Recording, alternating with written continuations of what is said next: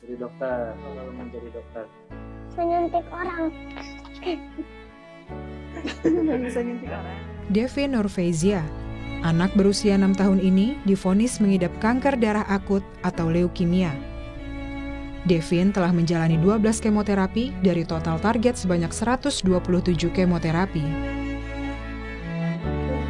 Kondisi ini berawal dari gejala demam yang dialami Devin pada Juli 2024 lalu. Dari hasil biopsi, dokter mendiagnosa Devin mengidap leukemia akut atau kanker darah. Berbagai cara telah ditempuh kedua orang tua Devin untuk menjaga kesehatan buah hatinya. Dianjurkan oleh dokter dilakukan kemoterapi. Dengan kemoterapinya sendiri itu 127 kali kemoterapi. Ya, itu nggak bisa dinego sama sekali. Mau sel kankernya sudah hilang, mau sel kankernya sudah nggak ada, kemoterapi itu harus selesai. Nggak bisa dinego lagi, nggak bisa dikurangin sama sekali. Saat ini baru ke-12 kemoterapi. Tiap 1 kali dalam sepekan, Devin dijadwalkan untuk menjalani kemoterapi. Jika kondisi tubuh Devin sedang baik, sesi kemoterapi bisa dilakukan tepat waktu. Namun, jika kondisi Devin sedang menurun, maka rangkaian jadwal kemoterapi harus tertunda. Dari data Yayasan Ronald McDonald House Charities, terjadi peningkatan penderita kanker pada anak selama 3 tahun terakhir, yakni 60% hingga 80%. Yang udah pasti dibutuhkan anak-anak seusia Devin, apalagi dalam situasi sedang sakit yang membutuhkan pengobatan relatif panjang, itu udah pasti kehadiran keluarga. Gitu. Jadi memang kebayang ya, kalau kita aja sakit itu kan badan gak enak, mungkin nafsu makan kurang. Nah sebetulnya kehadiran keluarga di sini mungkin mama-mamanya masak-masakin anak-anaknya sesuai dengan mau makan apa, itu aja udah seneng anak-anak. Ditambah lagi kalau di rumah singgah ini kan kita menghadirkan mungkin tidak hanya mamahnya, tapi ayahnya yang dari luar kota bisa datang juga tinggal di sini dan utuh gitu keluarga yang di sini mendampingi Devin dan juga teman-teman lain seperti Devin. Sebagai orang tua, Nur Jahyadi tak henti memberikan semangat dan penghiburan kepada Devin.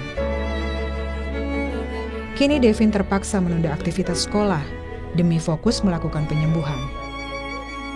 Itu dia, kadang Devin suka sedih, suka nangis kalau dia ingat aktivitas-aktivitas dia yang lama seperti ngaji, main.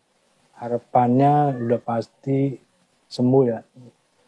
Harapan pertama itu ya udah pasti pengennya sembuh, terus kemonya nggak ditunda-tunda, Devinnya juga selalu happy, kuat. Kedua orang tua Devin tak henti berdoa agar kondisi Devin bisa sembuh dan kembali beraktivitas seperti sedia kala. Tim Liputan, Kompas TV.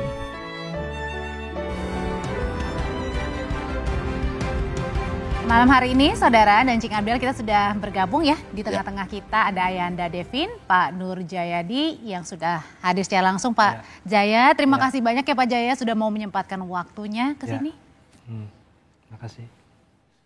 Ya, dan juga di ruangan Zoom ada Dr. Tumpal Yansen Sihombing sebagai dokter spesialis anak bidang hemato-onkologi. Malam, dokter.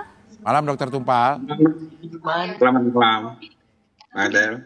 Ya, kebetulan Dokter Tumpal ini juga yang menangani Devin pertama kali ya. Oke. Kita ke Pak Jaya dulu ya, Pak Jaya. Awal ketahuannya Devin itu saat umur berapa dan apa gejala aja yang muncul, Pak? Jadi awalnya itu demam di umur 5 tahun 6 bulan. Ya, kalau untuk diagnosa tegaknya itu prosesnya itu 1 bulan.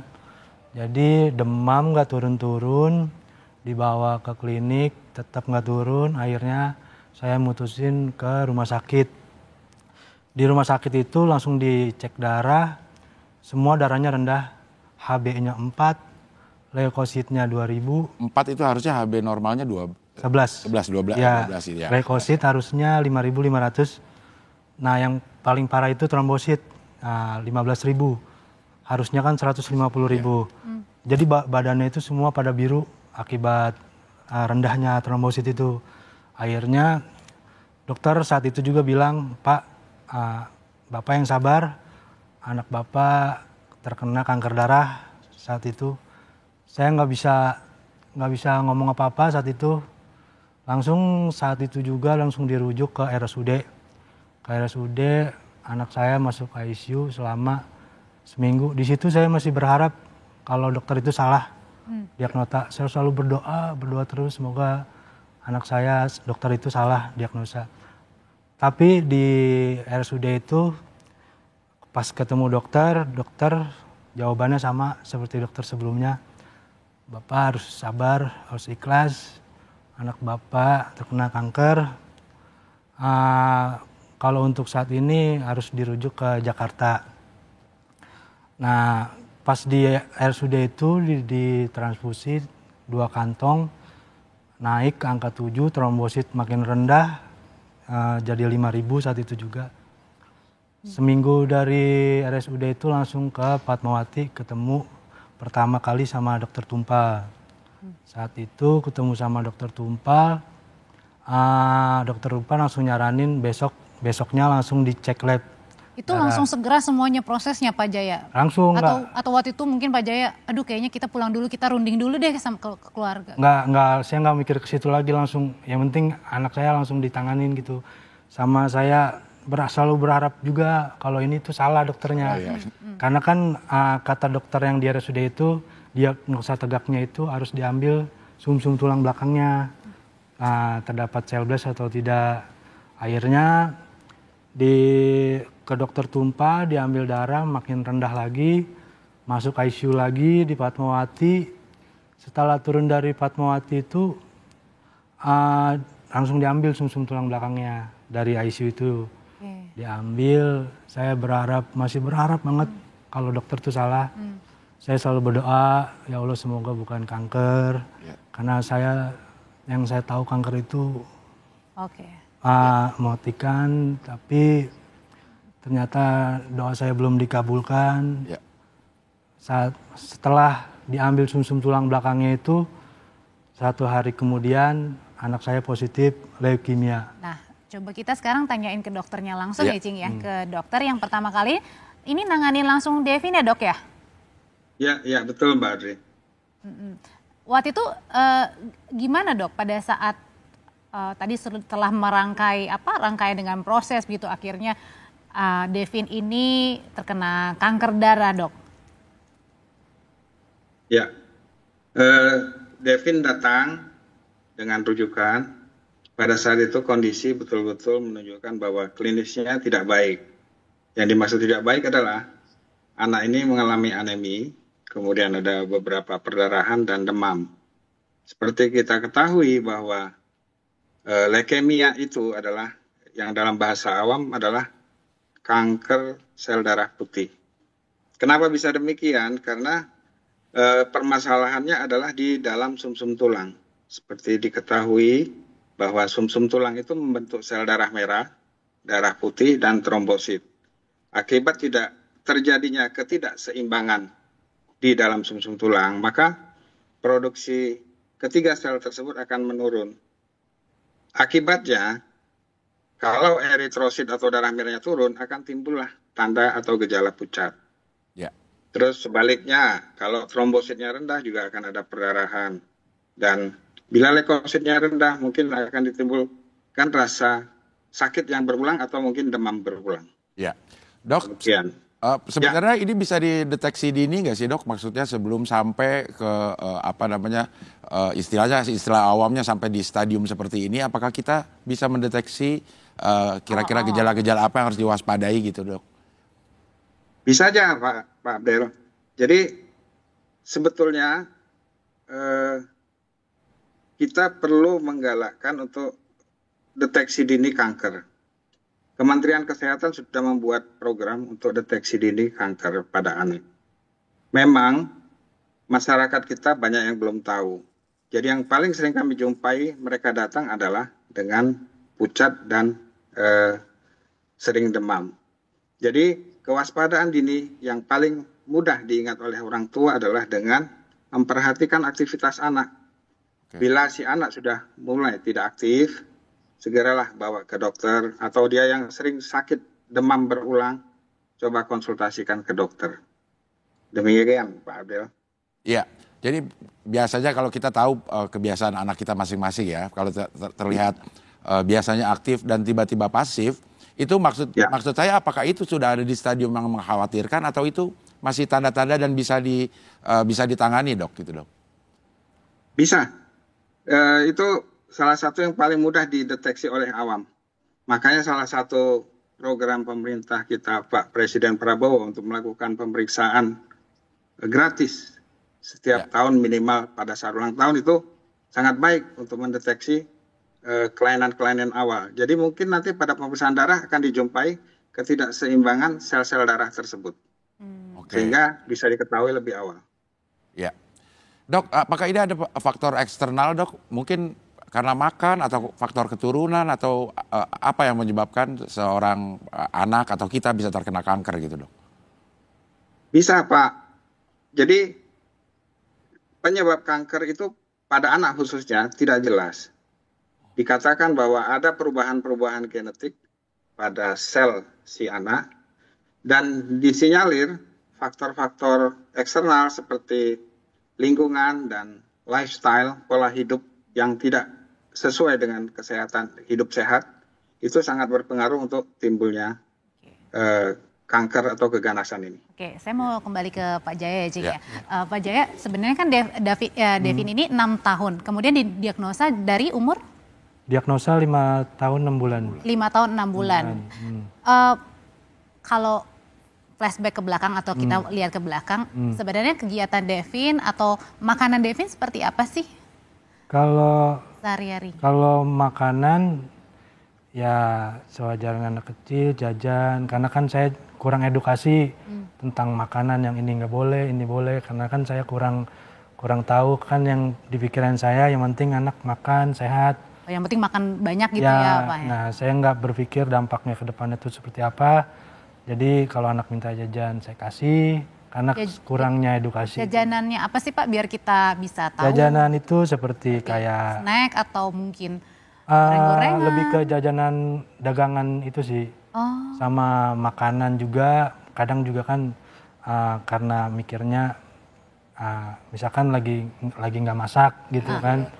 Terus cuman ada mie. Mie instan gitu? Ya. Terus kadang juga lagi nggak masak, di kulkas ada nugget. Jadi seperti itu. Karena kan mikirnya yang penting anak makan, karena kurangnya edukasi itu. Iya. Pak Jaya, kebetulan saya juga keluarga yang ada anggotanya terkena kanker, adik saya, kakak saya, ibu saya gitu. Saya bisa merasakan gitu gimana rasanya begitu mendapat kabar bahwa anggota keluarga kita mendapat terserang kanker gitu.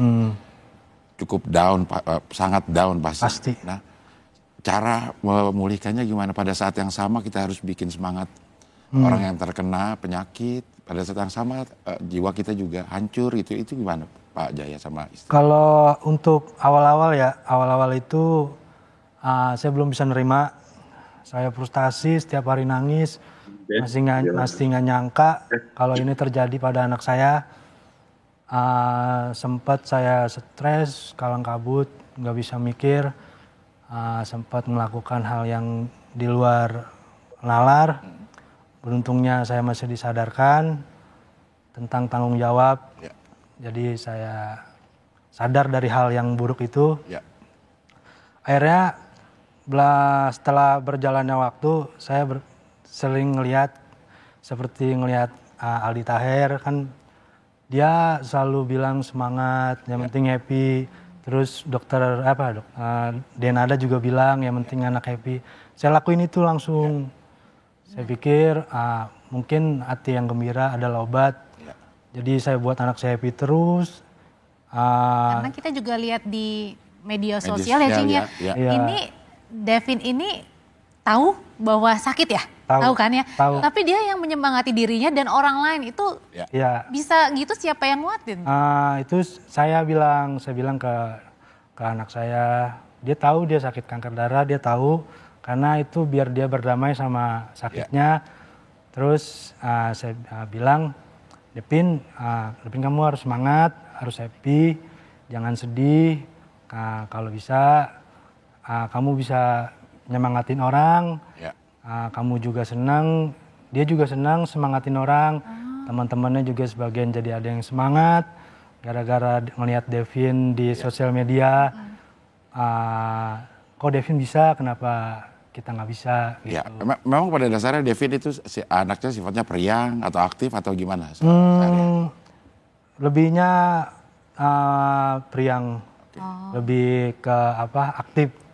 Sebelum sakit juga dia aktif, tapi sama orang yang dia dekat doang. Tapi kalau sama orang yang dia baru kenal dia lebih diem, lebih pemalu.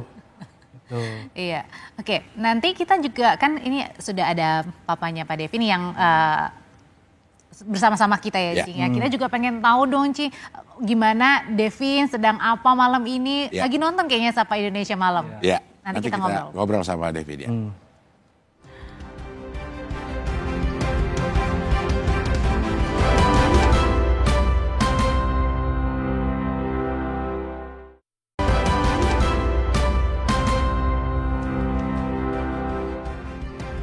Kembali lagi di Sapa Indonesia Malam. Malam hari ini kita sudah kedatangan tambahan tamu, yakni adalah Mbak Ratih Negara, Organization Leader RMCHC, Rumah Singgah Tempat Devin.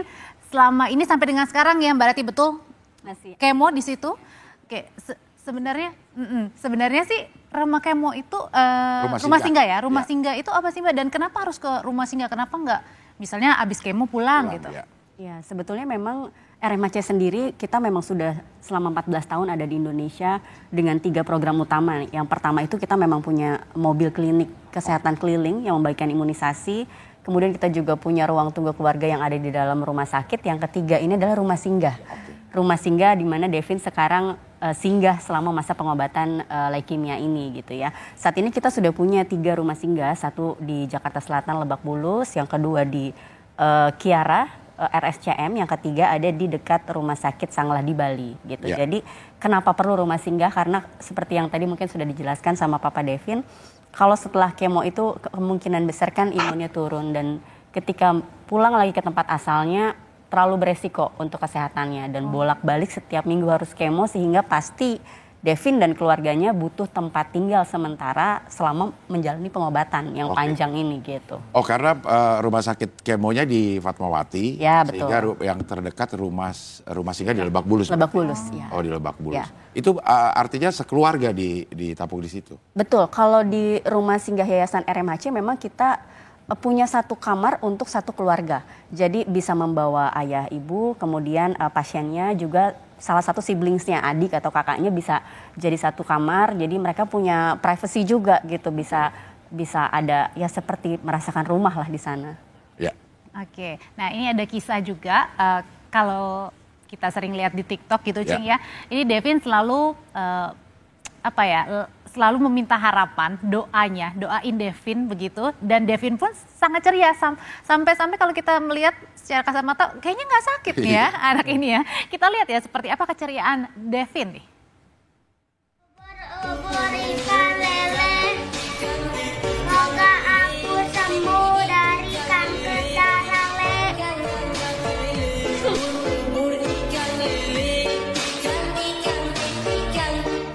Iya, dan langsung ya Cing. Iya.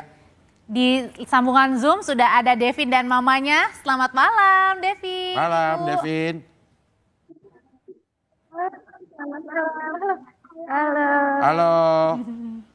Devin, ubur-ubur ikan lele udah makan belum, Le? Tuh ditanya Om. Ya? Udah makan belum, Le? Katanya itu. Udah makan, Devin? Belum, Le, katanya. Belum, Le? Atau udah, Le? Belum, Le, katanya. Devin bisa dengar kita nggak, Devin? Tadi kayaknya pas dicek suara, ini ya, kayaknya tahu ya lagi di syuting. Iya. Ya, jadinya deg-degan tuh. Devin? Iya. Ibu Siti? Bisa dengar suara kami, Bu? Iya, Kak. Bisa. Iya. Gimana kondisi Devin malam ini nih, Bu? Keadaannya alhamdulillah sehat. Udah makan belum Devinnya, Bu? Ini Devin lagi mual-mual, Kak, karena dia lagi minum 6 MP ini. Jadi efeknya itu dia mual. Oh, lagi minum apa? Obat? Obat ya. Oh, obat. 6 MP. Oh, jadi selain kemo ada obat-obatan yang memang harus diminum setiap berkala gitu. Ya. Dan setiap obatnya punya efek masing-masing atau? Punya efek masing-masing. Salah satunya ada yang lagi bisa buat mual gitu. Ada yang bisa buat makan, ada yang mual. Oke. Nah, gitu. Jadi ada 2 obat yang diminum. Oke. Berarti artinya kita juga harus melihat dong kalau Devin yang nggak enak badan, nggak boleh dipaksain makan. Atau ada jam-jamnya atau gimana tuh? Kalau dokter Tumpal sendiri nyaranin ya kalau dia nggak mau makan dipuasain. Oh, dipuasain? Iya, sampai dia lapar baru dia makan. Oh. Paling nggak boleh dipaksa? Iya, nggak boleh dipaksa. Paling selingannya nyusu doang. Nyusu, minum gitu. Ya, dokter Tumpal. Ya, gimana Pak? Memang ada efek samping dari obat yang harus dikonsumsi oleh Devin. Salah satunya katanya Devin suka mual dan susah makan. Itu memang hal yang biasa atau wajar dan bisa disiasati atau gimana tuh, Dok? Baik, memang obat kemoterapi mempunyai efek samping yang berbeda-beda. Pada kasus Devin ini ya paling sering adalah rasa mual muntah. Oke. Itu karena obat yang dia konsumsi, yang dia minum. Sedangkan kalau untuk obat yang suntik yang seminggu sekali itu yang tanpa infus biasanya tidak terlalu bereaksi. Reaksi yang gitu. paling sakit itu gimana, Dok? Maksudnya maksudnya reaksi yang paling apa ya? Yang Tadi paling kan ada umum mual lah, yang paling umum ya. Yang paling umum terjadi ya.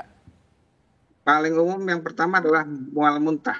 Mual muntah itu. Okay. Untuk jangka panjangnya mungkin rambutnya rontok atau kukunya lepas atau hitam atau apapun. Dan perlu diketahui juga bahwa kemoterapi ini akan menekan daya tahan tubuh. Sehingga anak yang sedang kemoterapi itu mudah sekali terinfeksi. Oh, iya. Jadi diminta sekali bahwa peran keluarga itu penting untuk menjaga si Devin ini supaya tidak tertular oleh orang di sekitarnya. Iya, berarti ini juga ada peran rumah singgah untuk mencegah hal-hal yang tidak diinginkan. Makanya mungkin keluarganya juga harus ikut di sana untuk secara mental bisa menguatkan. Betul. Nah, pembiayaannya itu gimana ya, Bu? Kita tidak memungut biaya sih kalau untuk keluarga pasien, tapi memang kalau rumah singgah kita yang di Kiara itu karena kita ada di dalam gedung rumah sakit, kita mengikuti prosedur yang memang sudah ada. Oh, di dalam gedung rumah sakit itu? Ya, di dalam gedung RSCM, gedung Kiara lantai 8 itu satu-satunya rumah singgah kita yang berlokasi di dalam rumah sakit. Kalau di sana itu per hari memang membayar 15.000, tapi itu mengikuti regulasi dari rumah sakit. Tapi kalau di rumah singgah kami yang lain, karena mayoritas penghuni di sana, pasien anak dan keluarga itu adalah pasien BPJS kelas 3 dan mereka menyertakan SKTM, surat keterangan tidak mampu, maka kami tidak memungut biaya sepeser pun. Gitu. Okay. Ada batas maksimal tinggal di situ atau sesuai dengan program dari rumah sakit, berapa kali kemonya gitu? Tidak ada batas berapa lama maksimal pasien dan keluarga bisa tinggal. Jadi memang selama yang diperlukan, misalkan tadi Papa Devin ngobrol sama saya, ini kayaknya bisa sampai 4 tahun di sini. Ya selama itu dibutuhkan, maka bisa singgah di rumah singgah kami. Yang penting sampai selesai gitu sampai ya? Selesai. Hanya saja memang setiap 2 minggu pihak rumah singgah kami pasti akan cross check ke rumah sakit apakah masih perlu rujukan dari rumah sakit untuk extend di rumah singgah. Jadi kami bekerja sama-sama Fatmawati juga kan. Jadi mereka memprovide kami dengan surat keterangan bahwa memang betul minggu depan mungkin masih kemo atau membutuhkan waktu 2 minggu ke depan untuk mungkin ada check up lagi. Nah ya sudah, itu bukti untuk kita masih rutin ya bisa untuk ada dilihat di ya. rumah singgah, ya. Devin, selamat malam lagi Devin. Devin boleh dibantu, Ibu mungkin boleh dibantu didekatkan Mikrofonnya. mikrofonnya. Ya. Mic-nya Devin. Halo Devin. Halo Devin. Coba ngomong sayang. Halo gitu. Iya. Halo. Devin kalau di sana ini sukanya nonton apa Devin sekarang ini? Devin lagi nonton siapa? Lagi nonton apa sukanya? Kayaknya suka nonton Sapa Malam ya Devin ya? Berat banget sih. Apa sayang? Diamond. Rose Diamond. Diamond. Apa itu? Itu Kita apa? nggak ngerti. Rose Diamond. Om nggak ngerti nih. Games ya, gamer ya? Betul. Main? Iya, YouTuber game ya. Emang Devin suka main game suka ya? Iya. Ya. Suka. Oke. Ya Pak Jaya memang Devin suka nonton atau suka main game online? Jadi Pros Diamond itu dia YouTuber game, dia suka main game Roblox, FF di YouTube-nya. Jadi sama bocah Devin. Iya, bocah FF. Jadi Apa itu saya? Bocah Roaming FF sih. nggak tahu ya. Jadi Devin itu dia suka main FF, Ya. biar dia happy kan. Ya. Suka main Roblox gitu. Jadi saya jamin nih misalkan sore dia pengen main HP, yaudah main. Kadang dia bosan main game, dia nontonnya Pros Diamond. Gitu. Habis main game, selesai main game, nonton YouTube, YouTube-nya juga orang main game. Iya. Oh, jadi tiap hari Iya. nonton mulu ya? Iya, iya. Devin, selain hobinya nonton, tadi main game, Devin suka main apa nih? Kamu lagi pengen apa sayang? Aku misalnya pengen pesawat gitu ya, nanti dibeliin sama Om misalnya. Ya. Apa Devin sayang? Apa mau dia apa? Devin lagi pengen apa? Mobil remote. Remote? Mobil remote. Mobil remote katanya. Oh, mobil remote. Oh. Oke, nanti saya kasih link e-commerce-nya ya. Enggak, kita ada pas banget kebetulan. Saya dikasih sama produser. Oh, bukan, kan dari Om, bukan? Bukan, saya dikasih nih buat lo Del, katanya gitu. Oh gitu. Oh, kan udah ini, usianya udah dewasa. Makanya, kayaknya pasnya buat Devin aja nih. Ini Devin. apa itu?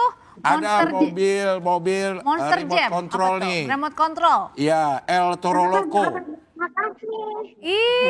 Mau Terima nggak? kasih Om katanya. Emang Senang Mau? nggak? Senang katanya. Oh Tenang. iya. Suka warna apa, Sama deh. Devin? Suka warna apa kamu katanya? Merah.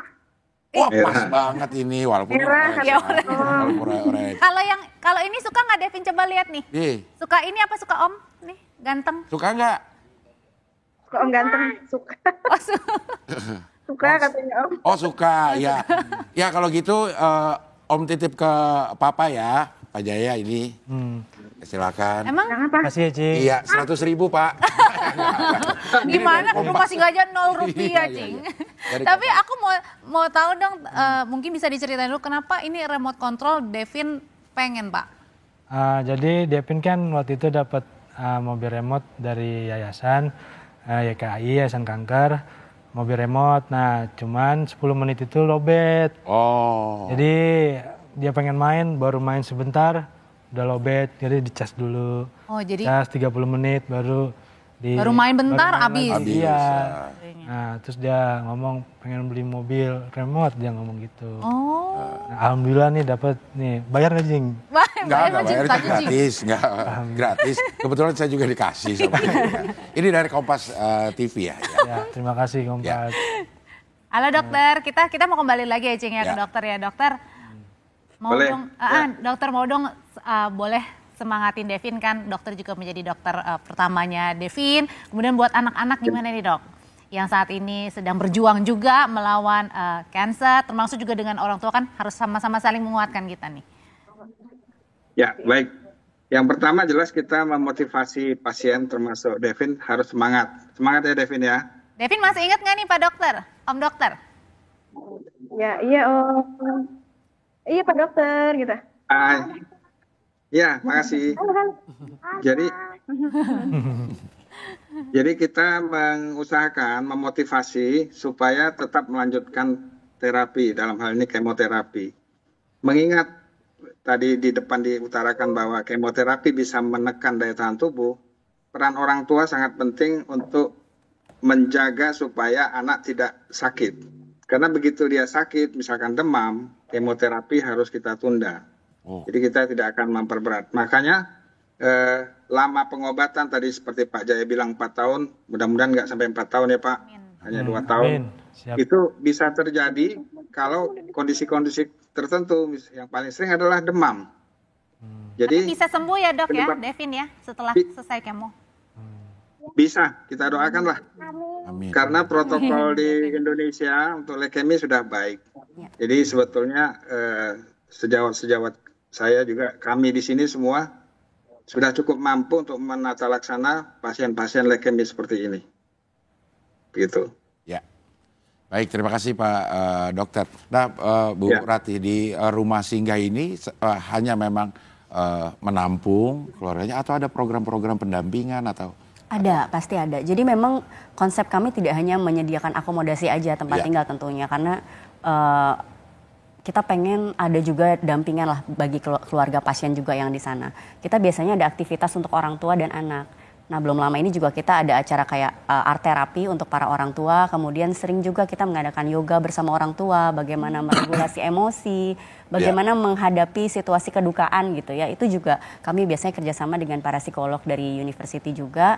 Kemudian untuk anak-anaknya juga kami banyak sekali menerima relawan ternyata. Mereka datang untuk mengadakan kegiatan bersama-sama dengan anak gitu. Storytelling, mengajarkan membaca. Hiburan gitu ya. Gambar. Iya, jadi anak-anak dan orang tua di sana itu nggak bosan gitu. Dan mungkin sejenak lupa akan kesedihan atau kesulitan yang mereka hadapi gitu. Iya, sekarang ini ada berapa sih ada berapa keluarga yang ditampung di rumah singgah Lebak Bulus? Kalau Lebak Bulus sekarang ada 8 keluarga. Ada 8 keluarga. Daya tampungnya memang 8 atau? 8 kamar kalau di Lebak Bulus. Di Kiara kita ada 12 kamar, di Bali ada 25 kamar. Oh, lebih semua full ya.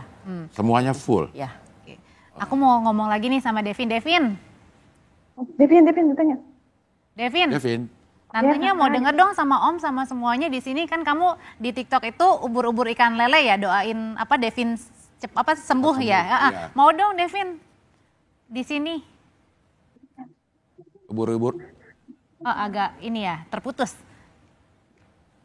Oke. Nah, Ya. ini ada nih. Ini ada ini. Devin.